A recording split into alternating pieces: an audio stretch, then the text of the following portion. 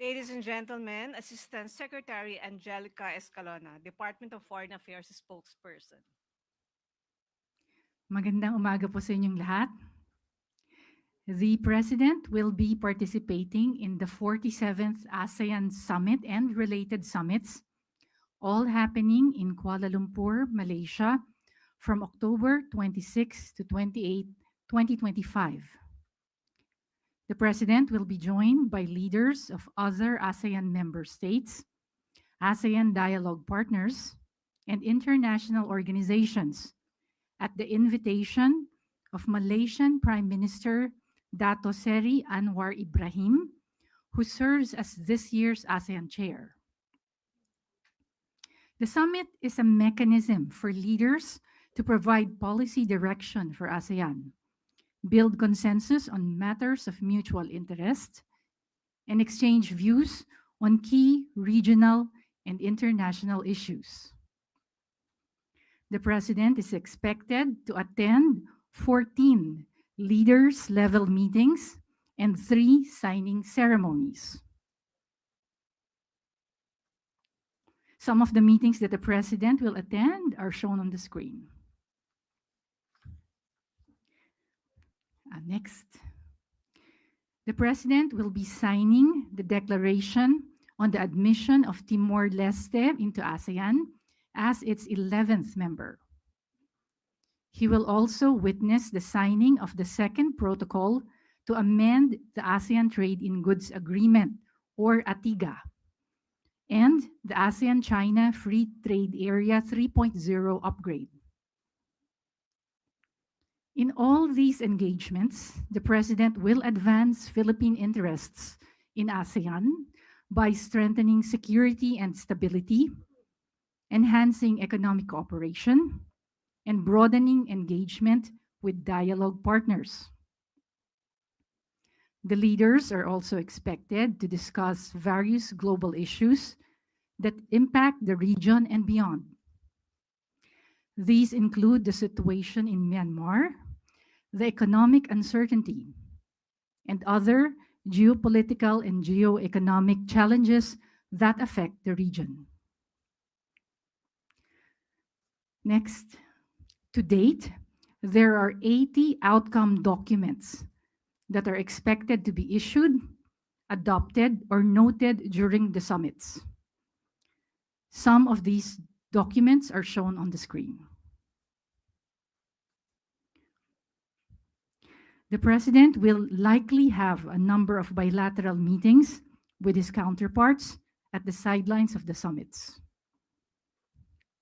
Finally, during the last day of the summit on October 28, there will be a closing and handover ceremony of the ASEAN chairship from Malaysia to the Philippines.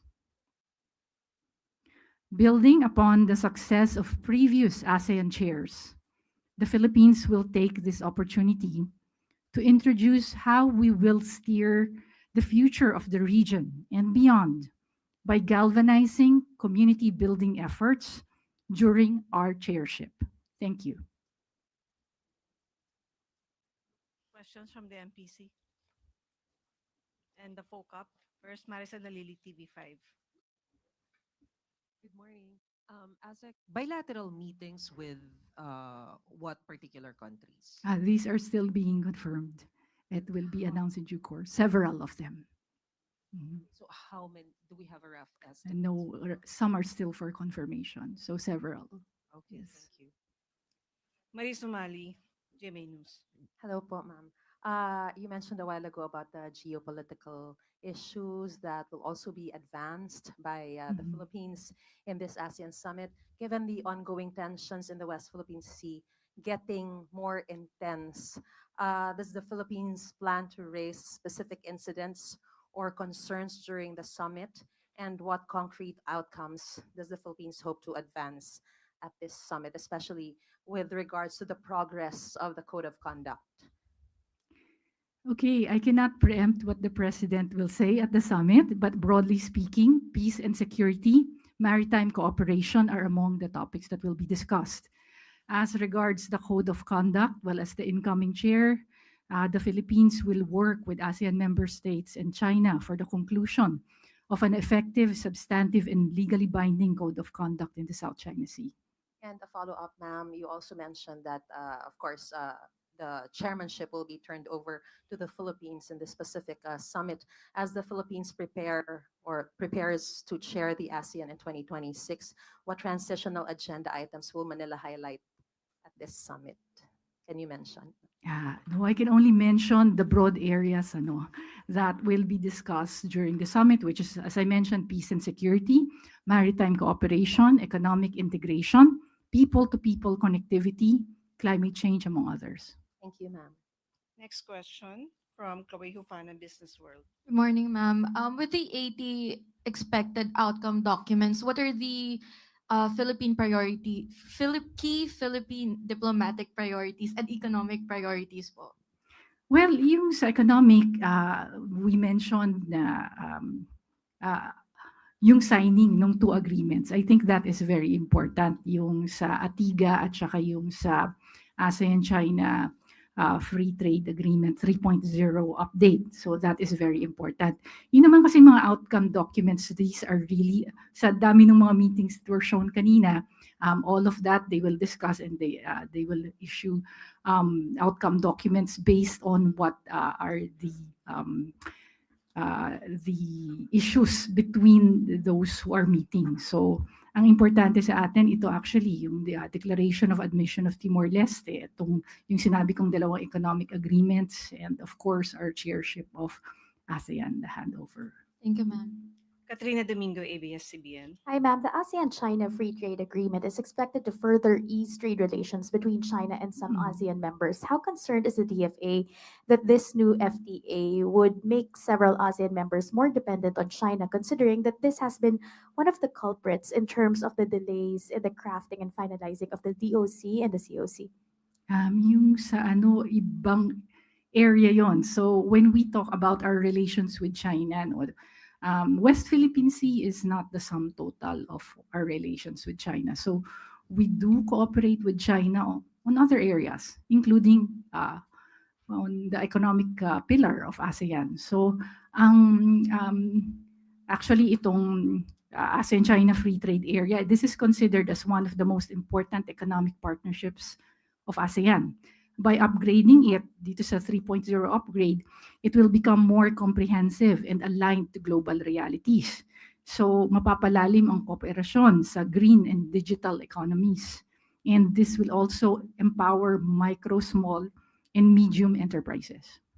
Just a follow-up question. We do know that the South China Sea issue is separate from the economic issue, but then again, it's soft power. It's giving leeway for China and other ASEAN countries to cooperate further to have better relations. How concerned is the Philippines that this would somehow strengthen China's hold or China's grip into other Southeast Asian economies? Nako, ano na yan, not about the ASEAN summit na yan. But really, I don't want to preempt what our officials will say, but as I mentioned, West Philippine Sea is not the sum total of our relations with China. We look at all the other areas of cooperation as well.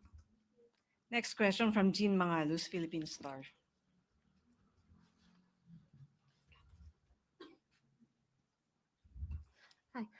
US President Trump is expected to attend the ASEAN summit. So what can we expect from this? Will he meet with President Marcos? And is President Trump's presence at the ASEAN a pro or a con?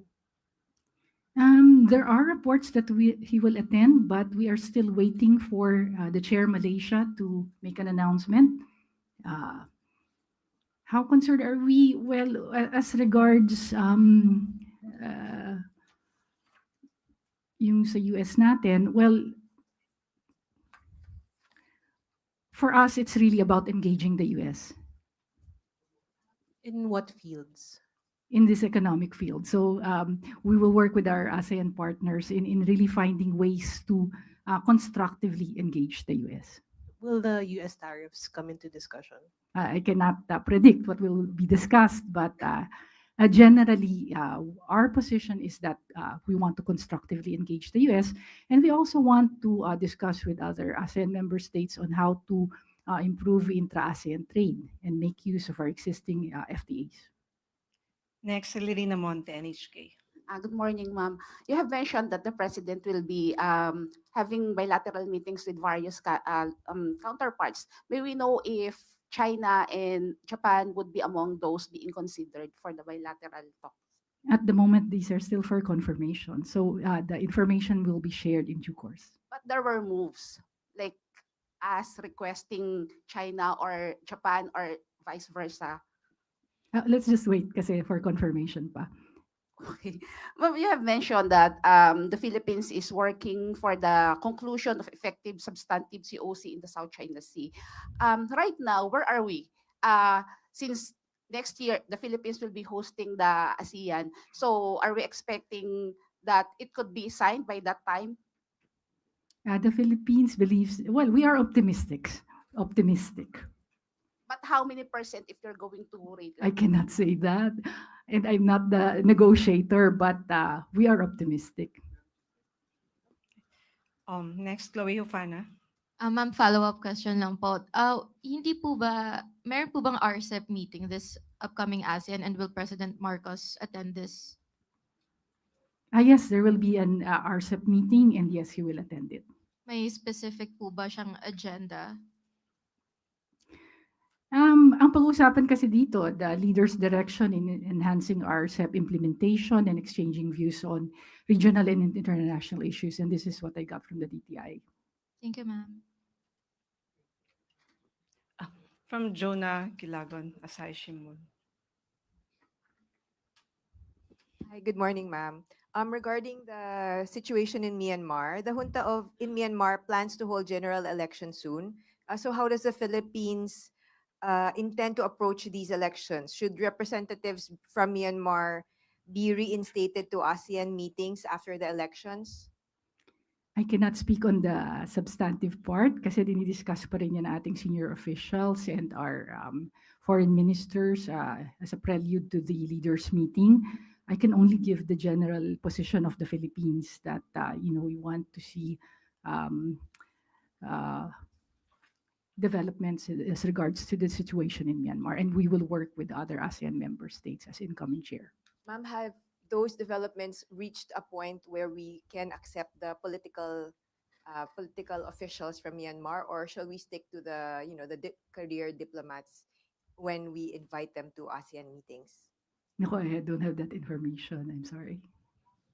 Do we have information about who from Myanmar will be attending the summit meeting? At the moment, I don't, but I can later give you the contact person of if the press needs someone to reach out to in Kuala Lumpur, we can share it.